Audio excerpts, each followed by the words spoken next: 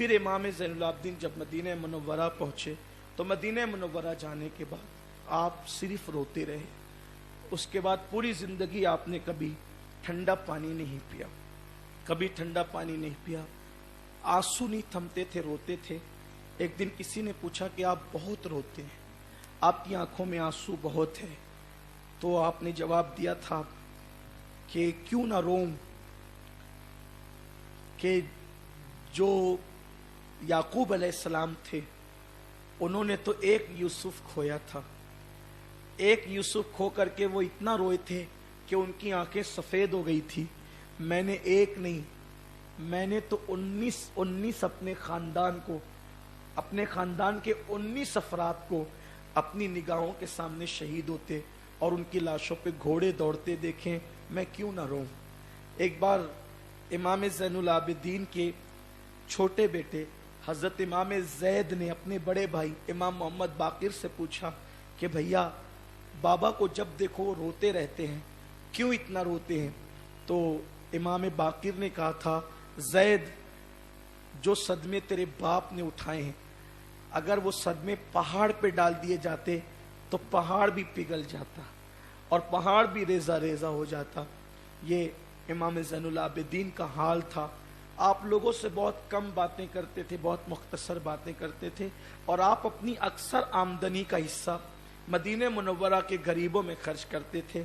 हत्ता कि रात में जब मदीने के गरीब सो जाते तो आप अपने पीठ पर अनाज और सामान लाद कर चुपके से उन गरीबों के घर पे डाल कर आते और उस पे चिट्ठी लगा देते कि ये चोरी का या लूट मार का कोई माल नहीं है, तुम्हारा ये हक है और एक अल्लाह के बंदे की तरफ से ये तुम्हें दिया जाता है। चूँकि आपको खौफ था कि मदीने वाले अब भी इतने नेक हैं कि अपने आंगन में ये पड़ा हुआ पाकर सोचेंगे कोई मुसाफिर छोड़ तो नहीं गया, तो वहाँ चिट्ठी डाल दी जाती कि ये तुम्हारा हक है। तो लोग ढूंढते कि आखिर ऐसा मदीने के गरीबों का कौन गमगुसार है कि जो हमारे साथ इतना बेहतरीन सलूक करता है। आखिरकार इमाम ज़ैनुल आबिदीन की जिंदगी लोगों को रास न आई और लोगों ने फिर एक धोखा किया कि इमाम ज़ैनुल आबिदीन को भी जहर दिया। बदबख्तों ने उनको भी जहर दिया। खानदान नबूवत की दास्तान खून से रंगीन है, शहादत से भरपूर है।